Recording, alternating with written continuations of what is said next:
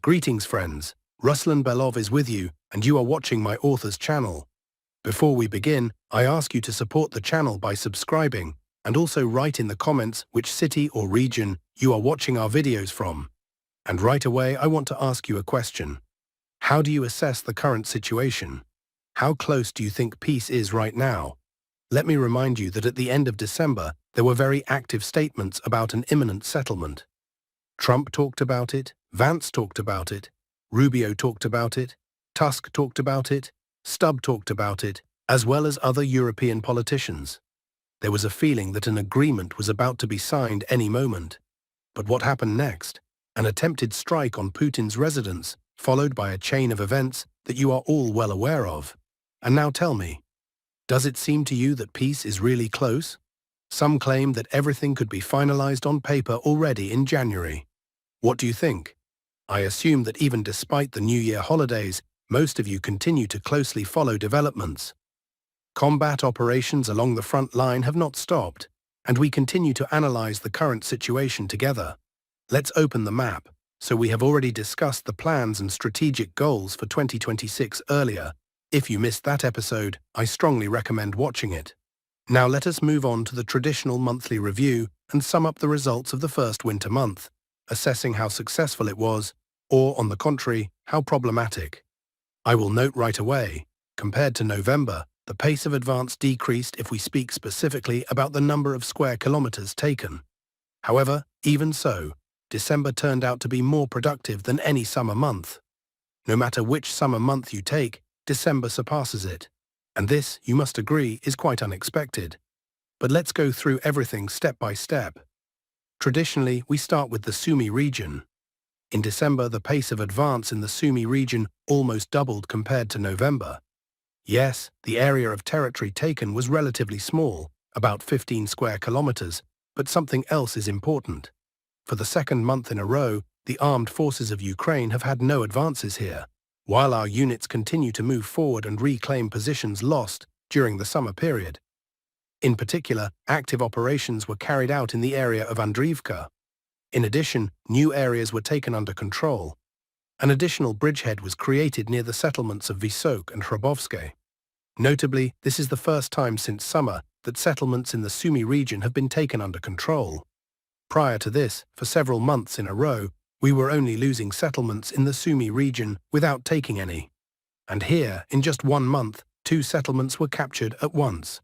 As a result, December in the Sumy region turned out to be a complete failure for the armed forces of Ukraine, and for us, the most successful month since July. Moving on, Kharkiv region. Here the month turned out to be contradictory. The pace of advance decreased almost by half compared to November, by about 1.8 times. At the same time, in the north of the region, December can be considered successful. The city of Vovchansk, for which fighting had lasted about a year and a half, was fully cleared and taken under control. In addition, the urban-type settlement of Vilcha also came under our control. Attempts by the armed forces of Ukraine to stop the advance produced no results. The enemy continued to retreat southward. 2 more villages were also taken, Lyman and Prilipka. Such a pace of advance in the Vovchansk sector had not been observed since May 2024, when the offensive there had just begun and a bridgehead was being formed. Prospects for January here look very encouraging. Most likely the pace will be no lower than in December, and possibly even higher. At the same time, on the Mylov bridgehead, there were practically no confirmed advances recorded over the month. However, well-known difficulties arose in the Kupyansk direction. If on the left bank of the Oskil River, the situation overall developed in our favor, and we had more advances than the armed forces of Ukraine. In particular, west of Orlyanka, we managed to advance 7.5 kilometers and reach Petropavlivka, as well as enter the settlement from the north. At the same time, we were pushed out of Kurilivka, and part of northern Petropavlivka was also lost. On the right bank of the river, the month clearly remained with the armed forces of Ukraine.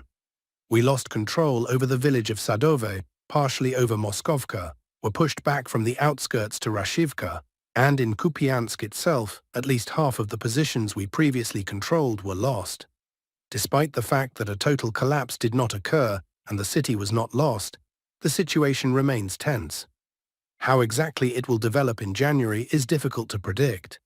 I discussed the situation in Kupyansk in more detail in a separate episode. Overall, if we sum it up, the battle for the right bank part of the Kupyansk sector in December remained with the armed forces of Ukraine. What else regarding the Kharkiv region?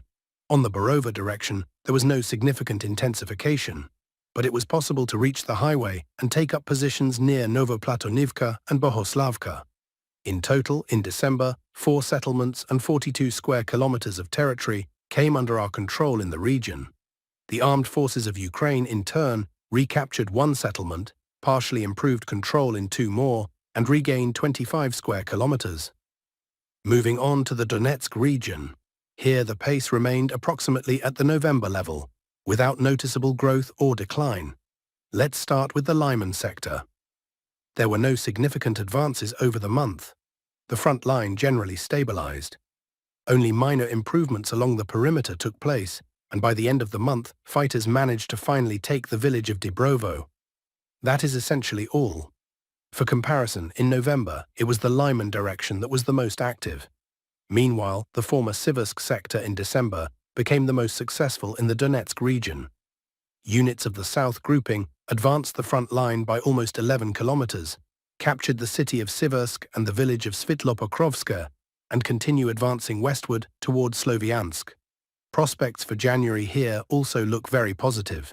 If it is possible to establish positions along the Kryvyi-Luhy-Koleniki line, then only about 8 kilometers will remain to Mykolaiivka and about 15 kilometers to Sloviansk. In fact, we are observing how a section previously considered dead has turned into the most dynamic in terms of advance in the region. In the Kramatorsk direction, there were no significant changes in December. Some activity was noted west of Soledar, but it has not yet been possible to seriously break through the armed forces of Ukraine's defenses and significantly shift the line of contact. The situation is similar west of Chasiv Yar. Attempts to enter Yarolyubivka were unsuccessful.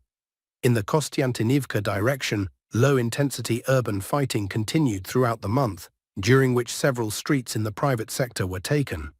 However, I emphasize, this is not a full-scale assault. It will not take place until the flanks are pulled up, and the Druzhkivka-Kostiantynivka highway is either taken under full fire control or cut.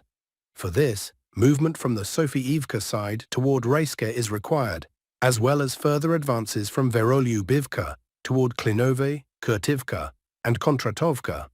There are still problems with this, so a full-scale assault should not be expected in January. At the same time, in December, the area south of the Kleban-Bike reservoir was cleared. As for the Dobropilya and Pokrovsk directions, in the Dobropilya sector, both sides had successes. However, given that Mirnohrad and Pokrovsk are essentially resolved, in January the Dobropilya sector will become the main theater of military operations. In December, it was possible to take control of Mirnohrad and Rodinska, after which the main forces will be oriented northward with the goal of reaching Dobropilya. As a result, in the Donetsk region in December, 11 settlements and 240 square kilometers of territory came under our control. The armed forces of Ukraine failed to recapture a single settlement, limiting themselves to regaining 13 square kilometers. Next is the Dnipropetrovsk region. Here, a sharp drop in pace was observed compared to November, almost 6-fold. The reasons are clear: reaching rivers and fortified defensive lines, as well as the redistribution of forces of the east grouping to the southern direction, including the assault on Huliaipol. Nevertheless, the front did not completely stop. In several places the Haichur River was crossed, the armed forces of Ukraine's defensive line was breached, and 4 villages were taken under control, 2 of which are located on the western bank of the Haichur. Advances by the armed forces of Ukraine here were minimal. They managed to recapture only 1 settlement. As a result, over the month we took 4 settlements and 26 square kilometers, while the armed forces of Ukraine took 1 settlement and 3 square kilometers. And finally, the Zaporizhia region. Here, a truly major success was recorded. For the 2nd month in a row, the region ranks first in terms of pace of advance, surpassing even the Donetsk region. In December, the Haichur defensive line was breached and the city of Huliaipol was taken. This is the key result. A bridgehead was also created on the western bank of the Haicha River. The Dnipro grouping significantly improved its positions, breaking through the dense defense of the armed forces of Ukraine, thanks to which the urban-type settlement of Stepnohirsk, the village of Lukyanivska, and de facto all of Primorske came under control. About 12 kilometers now remain to Zaporizhia. In total, in December, 9 settlements and 242 square kilometers were taken in the Zaporizhia region. The armed forces of Ukraine made no advances here in December. The overall result for the month is as follows. The Russian army took control of 30 settlements, including 6 cities and 2 urban-type settlements, as well as 565 square kilometers of territory. The armed forces of Ukraine managed to recapture only 2 settlements and 41 square kilometers. The difference is obvious, 40 versus 565, and this happens month after month. One does not need to be a professional analyst to understand who is currently winning and who is losing. The Kyiv regime is standing on the edge of collapse. Financial support is no longer arriving in the volumes it once did, and the same applies to weapons supplies.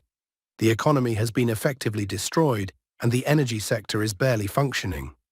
In most parts of the country, electricity is available for only a few hours a day.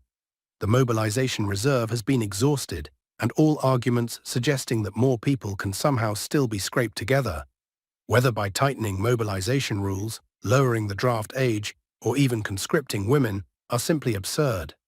The number of deserters each month consistently exceeds the number of newly conscripted personnel. There is no logic in forcibly recruiting people if they immediately flee. The more deserters there are, the faster their numbers grow. The regime's pitiful propaganda tries to show maps claiming that the Russian army has not captured much territory over the year. What they deliberately ignore is that these very territories contained all of the key fortified defensive lines of the armed forces of Ukraine. They're supposedly unbreakable fortifications. Those defenses no longer exist. There are no longer fortified lines like those in Selidov, Avdiivka, or Pokrovsk. Everything beyond those areas will be far more difficult to defend and, accordingly, much easier to liberate, especially given the severe depletion of Ukrainian manpower. This situation was predicted in advance, calculated, and is unfolding in strict accordance with the Lanchester-Osipov equations. My own approximate time estimates contained certain inaccuracies because the data available to me was itself very rough. One can misjudge exact timelines, but the overall trends are clear and unavoidable. There are no people left for the front. There is not even sufficient weaponry to equip them properly, unless one counts wooden mock rifles. No provocations, terrorist acts, or attempts to shell nuclear power plants will save the dying Neo-Reich. The end. Personally, I see not a single scenario in which the Kyiv regime survives this year. The question is not whether Ukraine will continue to exist. The only question is which regions will immediately return to their historical homeland, as Kherson and Zaporizhia have, and which territories will first be placed under military-civil administrations, along with a comprehensive set of measures involving pacification, denazification, and filtration. If you want something done properly, do it yourself. After that, of course, a different set of challenges will emerge. These will range from suppressing the remnants of the Bandera underground to reintegrating demobilized soldiers back into civilian life and the peaceful economy. This also includes the possibility that certain radical forces may attempt yet another so-called March for Justice, recruiting supporters from among military personnel. If they believe no one notices this, then they are even more foolish than I already consider them to be. And I have never held a high opinion of them to begin with. The further things go, the worse the so-called radical opposition will behave. And after victory, they will desperately scramble to seize power.